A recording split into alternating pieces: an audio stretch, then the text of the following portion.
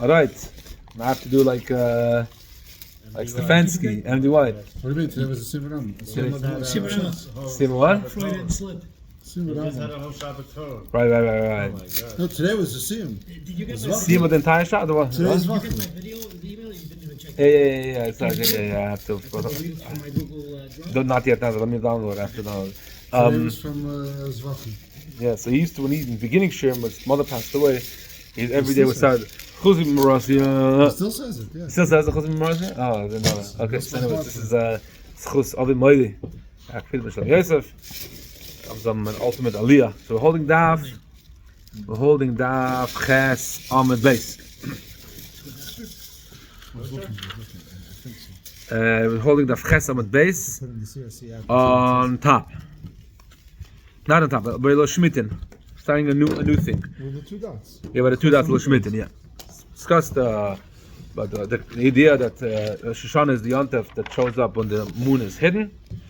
And now we're holding what Shmitin. So the Mishnah said, in the beginning, that Aleph, we're finishing discussing the last few bits of the original first Mishnah. And the Mishnah said, ח.ב-ט.ב is Rosh Hashana for Shmitin, Yovelis is Rosh Hashana for Shmitin, Yovelis. Okay, so what Shmitin? Shemitah is obviously the 7th year, that you count 6 years, and the 7th year is a year of holiness. You Shemitah, you Shabbos, and you rest. You don't work in the field, you don't reap the field, you don't sow the field, you don't plow the field, you don't do anything. Everything is hefka. Everything's anyone can come and take, and you cannot do anything in the field. How do we know that Rosh Hashana Aleph Tishrei is Rosh Hashana for Shemitah? Chsiv, it says in the pasuk about Shana Shviz Shana Shabbos and Yilal, so the 7th year. It says the word Shana. 7th year, there should be a Shabbos and it should be a year of rest, a sabbatical.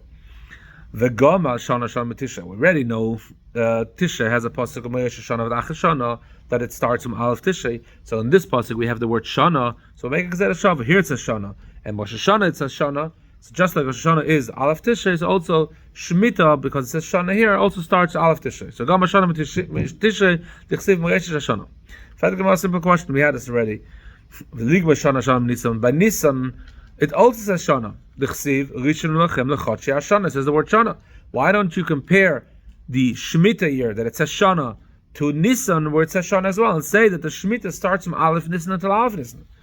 And for the Gemarrah, done in Shana She'enim V'Chadashim, Shana She'enim V'Chadashim, and done in Shana She'enim V'Chadashim, Shana She'enim V'Chadashim. When you do a comparison of two verses, of two psukim, of two words, try to compare it as much as possible. Here it says just the word Shana. So we're going to find a pasuk that just has the word Shana. When it comes to Nisan, it says Chotche Shana. It says two words. The Chotche, it mentions months and it also mentions years. And therefore, we're not going to compare it to Nisan, which mentions months and years. We're only going to compare it to a pasuk where it just mentions years. So therefore, when it comes to Shemitah, it says Shana Shviz. We compare it to Tishrei, to Aleph Tishrei, to Rosh Hashana of the year, because it says the Maseches Hashana. Done. Next, the Mishnah said that Aleph Tishrei is also Rosh Hashana to Yovelis. So the Gemara is going to ask a question. We know that when do we blow shofar for Yovel? We blow it on Yom Kippur. The end of Yom Kippur is the blowing shofar. That's when Yovel goes into effect. So why do you say that the first day of Tishrei is Yovel? It should be that the 10th day of Tishrei should start Yovel. I was talking about Yovelis Becha B'Tishrei. How do you say? Can't we answer it the same thing like we did with Nisan with the Rosh Hashana? But even though the Yontif starts on the 10th of Nisan, we say that Aleph Nisan is the start. I hear you. Very interesting. Here we said that by Nisan. Yeah, we changed the Mishnah changed that it doesn't say Aleph Nisan. It really means it says Vav Nisan. Right. Here, technically, I don't see a reason why they couldn't do that. I didn't think of that. I technically couldn't see a reason why. I'll have to look into it. But here the pasuk says clearly Yud Tishrei. The pasuk says "Achsiv b'yoyim ha'kippurim taviru shofar." On the day of Yom Kippur, you should blow a shofar, and then the pasuk continues. If you look into the psukim, it says Vav 6. What the pasuk goes like this. You should count 7 years. Count that 7 times, so 49 years. And then it's 49 years. And then Basa Chodesh, 10th day of Chodesh, Yom Kippurim, that's when you should blow a shofar, and then the pasuk continues, Ukadashim Chamishim, then the 50th year becomes holy. So it says clearly it has to do with Yom Kippur. How can the Mishnah say that it's with Rosh Hashanah? And for the Gemarrah, Hamani Rabbi Shmuel ben Rabbi Gemarrah, it's Rabbi Shmuel, the son of Rabbi Gemarrah. We had this already, that he said that it doesn't start in the beginning. That the Yovel really starts from the beginning. The shofar is only a symbolic thing. The Tanya Kedash, the Mishnah Chamishim Shana, it says in pasuk that you should sanctify the 50th year. The question is, it's redundant. If you look in the Pesukim, it says already, you count 7 years, count that 7 times, and then blow shofar.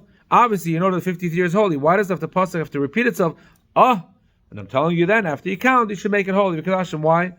What is it coming to teach us? This extra redundant word, this pasuk, because this pasuk, the Gemara answers, because this pasuk is written about Yom Kippurim, we would have thought that Yovel becomes sanctified only from Yom Kippur and on, but not before, not from Rosh Hashanah, not from the beginning of the year. Talmud loymar vekedashtem es shnasa chamishim. The entire 50th year has to be kaddish, has to be holy. Even though you blow shofar on Yom Kippur, the entire 50th year. So what do you do with the 10 days? Why are you blowing only then? So the Gemara says it's a very interesting thing. That interim time is a very interesting time. Melamed miskadeshes ve'lechas mitchilas. It becomes kodesh, becomes sanctified from the beginning. Mikana b'shmal ben yoishel b'echim from here b'shmal said, taught us an interesting thing. Rosh Hashana Yom Kippurim. What happens in Yovel? The fields return, and the slaves go out for free. The Jewish slaves got for free. So Zakta in Rosh Hashanah Yom Kippur, as soon as Yovel comes in Rosh Hashanah, so Hashanah Yom Kippur, what happens? The slaves would become free, but they don't go home yet. What do they do? But this also would not serve their masters anymore. Because they're free. Yeah. They eat and drink, and they're happy just like any other free person.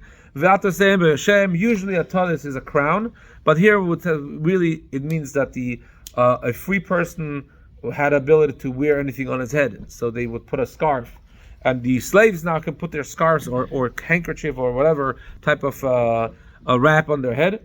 As soon as Yom Kippur came, Tako Bezdin B'Shofar, Bezdin B'Shofar, and if Tadal Avodim L'Tem, and then the slaves would return to their homes. The Sadis Chayzis L'Balem, and the fields return to their original owners. So now we see that the Mishnah is even though that Yom Kippur we blow shofar for Yovel, we blow shofar on Yom Kippur. However, when does Yovel come into effect from Rosh Hashanah? Just the 10 days in between Rosh Hashanah and Yom Kippur, they have a different status. They're not here and not there, but they're free already and they're enjoying it. So that's why the Mishnah says that Yovel, the Rosh Hashanah of Yovel is from Aleph Tishrei, even though the pasuk says you should blow shofar 10 days later. Okay. So now, this is the opinion of Rabbi Yochanan of Shmuel, the son of Rabbi Yochanan ben Belaika. The Abanon disagree, and they say that actually Yovel does start on Yom Kippur. From Tishrei, Rosh Hashanah, until Yud Tishrei, until Yom Kippur, there's no Yovel. Yovel only starts Yom Kippur. But what the Rabbi Yochanan ben Belaika says is very nice. How are the Abanon going to learn this? So the Abanon, the Rabbanan that say that the Yovel starts from Yom Kippur, it says in pasuk that he should make the 50th year holy. It's still redundant. Rabbi Yochanan said that he used that to teach us that the entire 50th year, entire 50th year, including the 10 days, Rosh Hashanah, are holy. But the Rabbanan don't say that. So what are you going to do with Shnasa Chamish Shana? Rabbanan Shani Mata Mekadesh V'Yata Mekadesh Chodashim. Rabbanan have in general the Chachamim. These Chachamim have a shitta that once the calendar was established, calendar was established, there was no need for someone to come to Bezdin and say, "I saw the moon," and therefore the Bezdin announces Mekudesh the month that's a new Chodesh. Once it was established, you don't need to do that anymore. Well, once it was established at the beginning of the year, so every subsequent month was already Mekudesh? No. So once they worked out the calendar, now they know exactly when the month is going to be Mu'uba, when the month. Oh, okay. So The other opinion is, even though we have the calendar, there's a mitzvah for Bezdin to say Mekodesh Mekodesh, even though we know we don't even need Eidim, and we don't even need witnesses to show up in Bezdin to tell us that the new month came in. But still, there's a mitzvah to be Mekadosh the month, the new moon. If there's no business. No, today it's different. But I'm talking about even the days when they figured it out, they figured out the calendar. The Chacham said you don't need it anymore. The only thing that you need to do is to Mekadosh the year. So Rosh Hashana comes in to know when Rosh Hashana is, and also when Yovel comes in. So the Chacham come to teach us this to learn from this pasuk. What is there still a need to be Mekadosh? What is there still a need to be sanctified? That's only a year, but not a month. Shanim at the Mekadosh, we at the Mekadosh Chodashim. You don't have to be Mekadosh Chodashim. As soon as you know already that you are, that you know that the month is a new month, you don't have to say Mekadosh. But to be Mekadosh the year, to know when Yovel is, that is still a mitzvah and that they still have to do. Okay, that's what they use the pasuk Shnas HaChamish. So in summary, in a Mishnah goes according to Rabbi Shmuel, the son of Abichon and the son of Berecha, that Yovel starts from Rosh Hashana. The fact that below Shai for 10 days is a more symbolic thing. The 10 days in between, the slaves are sitting like kings and they're enjoying the meal, they're enjoying with everything, they're enjoying with the families that they worked for, but they don't go home yet. They blow the shofar. Now the Torah says they blow shofar because now they go home. But the 10 days in between, Yovel started really from Aleph Tishrei. Okay. Tani Idach. We learned a different lesson. Yovel he. It says a few times the word Yovel. If you look in the Psukim, it says Yovel hiti lachem. The next pasuk says Yovel he again. So why does it say twice? Tani Idach. Yovel he. Ma tamud lei. Why do you have to say it again that it's called Yovel? Because it says in pasuk that the entire 50th year should be holy.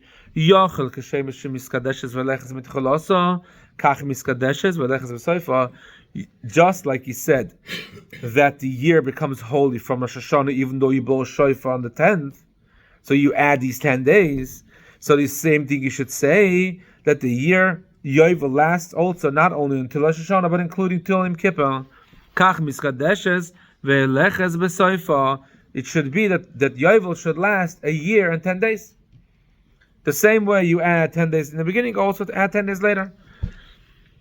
So Talmud Loima, okay, what's it? Don't wonder how can you do that? Add more days, because there's a concept that we know the Gemarrah is discuss in detail soon. There is a known concept, the idea that you always add from the mundane, from the week, to the holy, to the Shabbos. You add to Yontif, you add to Shabbos. So here also Yovel, instead of it being an exact year, you can add 10 days at the end, the same way you add 10 days in the beginning. So how do we know we don't add an additional 10 days in the end? Isn't Rosh Hashana considered a holy day? Correct. No, so basically he's saying just like Yontif, which Gemarrah is going to discuss, just like Yontif, you add a little bit before Yontif starts. Erev Yontif, you add a little bit before, and Motzi Yontif is a little bit after. It says after the sun, yeah. Same thing also. Shabbos is like that, and Yontif is like that. The same thing also with Shemitah. There's 10. You start counting. Sorry, Yovel. You start counting 10 days before. Also add a little bit later. So that's the Moisiv Chol Al Kodesh. If that's the case, in Moisiv Chol Al Kodesh, maybe you should add Talmud Loima Yovel He. This year is holy. Shnas HaChamishim Shana. Shnas HaChamishim Ata Mekadesh. V'Ata Mekadesh Shnas HaChamishim V'Achas. So Yovel starts Rosh Hashana. You add that starts from Rosh Hashana, and you don't add anything at the end. Well, how do we know that? Because it says Yovel He. This year is Yovel, and only the 50th year, and not the 51st year. Meaning the extra 10 days would be the 51st year. Yes, that would be the 51st year. Yeah. So that is according to that shita.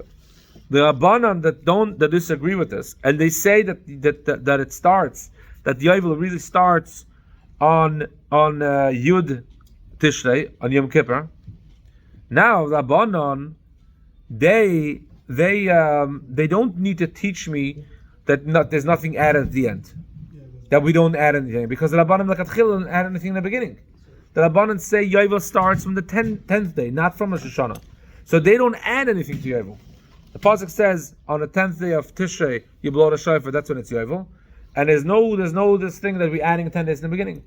So you would have never entered your mind to add 10 days at the end. If you don't add in the beginning, you don't at the end.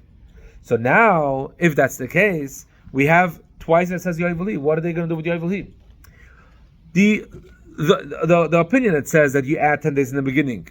Why do you have Yovel? To teach you that you don't add 10 days at the end. But according to Rabbanan, you don't even add 10 days in the beginning, so you would have never even entered your mind to add 10 days in the end. Why do you need the words Yovel? Rabbanan, so it tells you, teach like this. Shnas chamishim atamayna. You count, when it says Yovel, it means to say, you count the 50th year, v'atamayna shnas chamishim ve'achas, and you don't count 50 and 1. What is Pshat? Lafukim and Rav Yehuda, this is coming to contradict what Rav Yehuda says.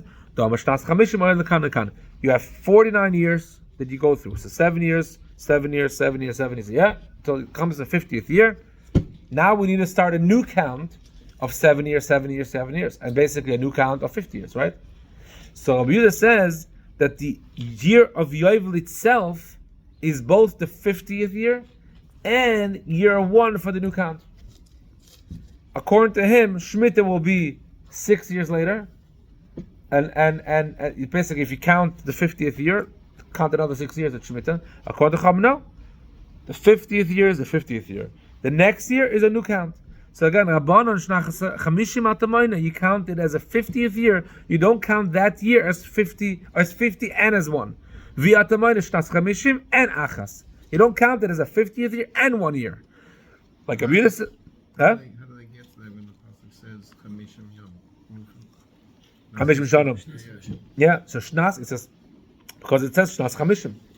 Count it as 50, don't count it as 51. It's really Shivim Shana. I just want to point out. Yeah. Meaning the cycle is 777, and the 7th times 7 is 2 years of Shemitah. No, so Shemitah, Yovel, then it's Yovel, which is and the same then halachas, right, meaning you're not allowed to do right, all the right, film, right.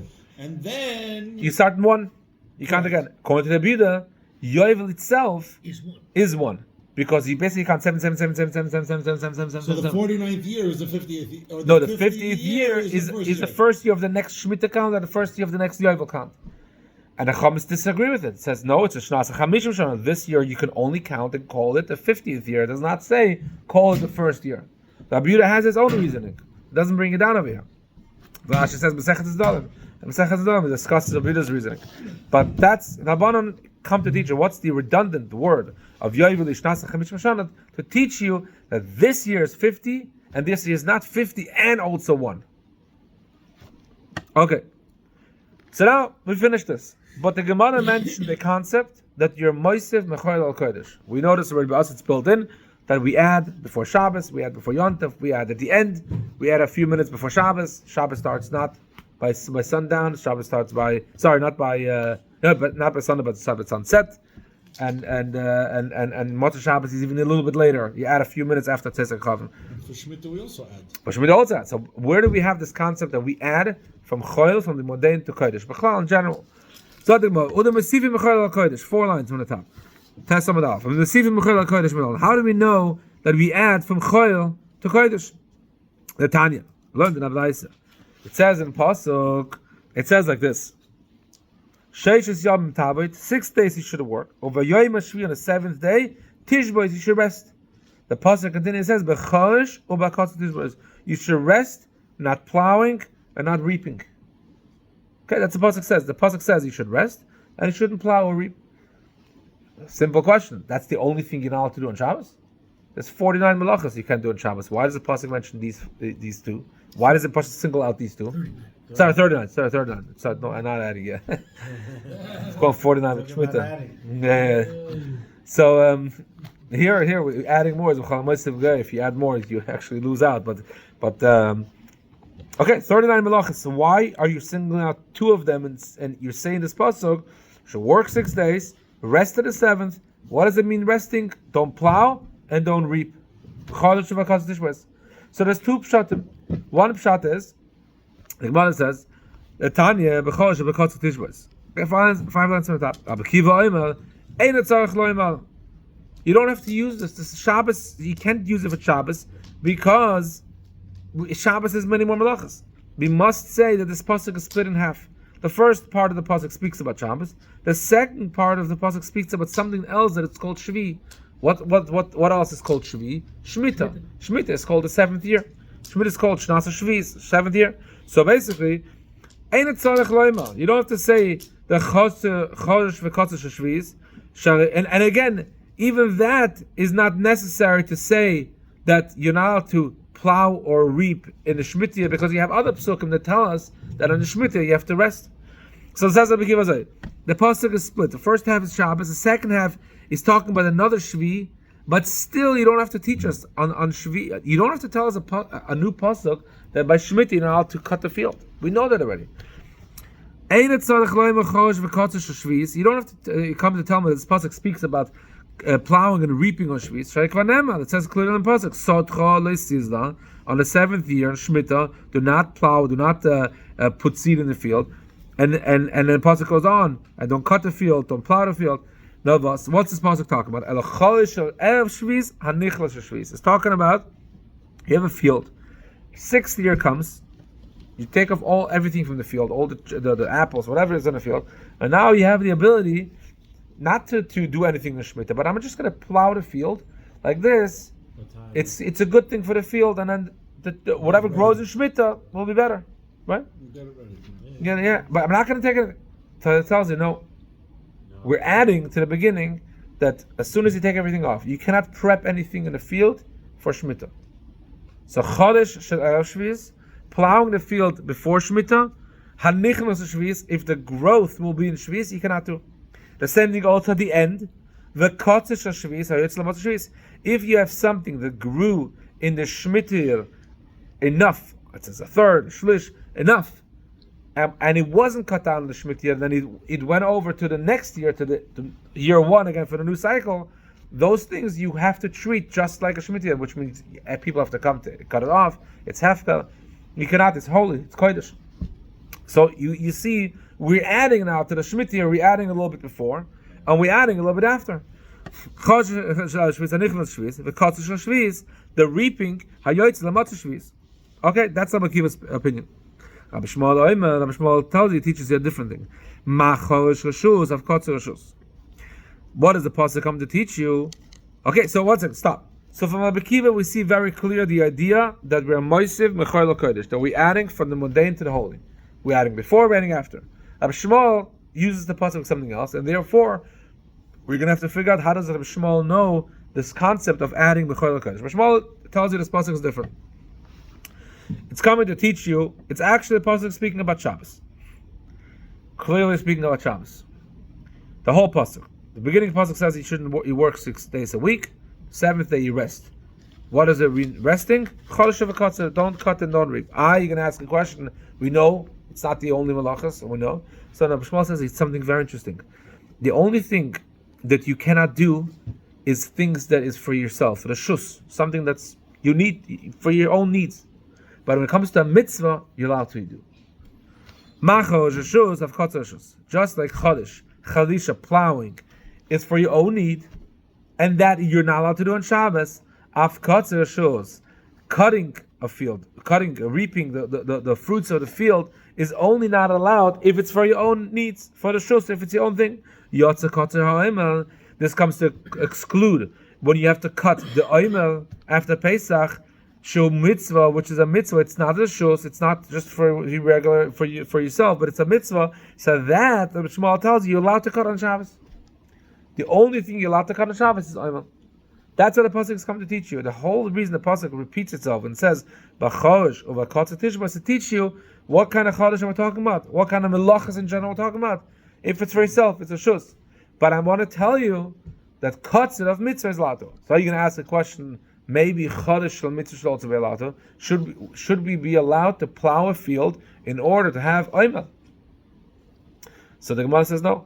The Rashi brings it on and says no. Chodesh is that there's no such thing of plowing the field for mitzvah, because because by kotzer it says clearly, if you find cut oimel, you still have a mitzvah to cut oimel on Shabbos, even if it's Shabbos. If you go in the field on a regular Sunday and the field is cut already, so let me just take from this and bring it to the Beis Hamikdash to bring up the oimel carbon. No, you have. If it wasn't cut the shema. Yeah, if you got, it was not cut for oimel. For the oimel, yeah. It was cut. You can't just take it. You have to. There's a mitzvah of cutting. But when it comes to chalisha, there's no such thing. If the field was plowed already, You say you're allowed to cut it on Shabbos? yeah, only for the ayman. Okay, so chalisha, you're not allowed to do not the mitzvah, not the shus, but consider cutting, reaping a field, you're allowed to do for mitzvah. That's what Rabbi Shmuel is teaching you. So now that we know Rabbi Shmuel uses this pasuk to teach us that for the oimer you're allowed to cut the field, where is Rabbi Shmuel going to learn the idea that you're moisif from the mundane to the holy? Rabbi Akiva says you're moisif because it says you add a little bit before Shemitah, a little bit after Shemitah. But where does Rabbi You Shmuel? split the pasuk. Yeah, because it's by pasuk. Rabbi Shmuel says it's all talking about Shabbos. How is Rabbi Shmuel going to teach you that you're allowed to add? That there is this concept of adding. Rabbi Shmuel moisif mechol al kodesh benale. Where does he learn it from? Nafkala, he learns it out in Tanya. It says in the Blatt like this. It says by Yom Kippur, "V'nisem es nafsheseichem." What does the pasuk say? V'nisem es nafsheseichem. Doesn't even bring it on.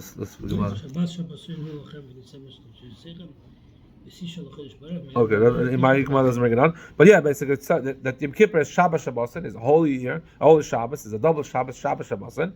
And v'nisem es nafsheseichem, you should be ma'ana, you should afflict your nefesh, your soul, from the 9th, me'erev at night, and then it says me'erev at erev Tisha B'Av Shabbatchem. From the night to the night, you should have Yom Kippur.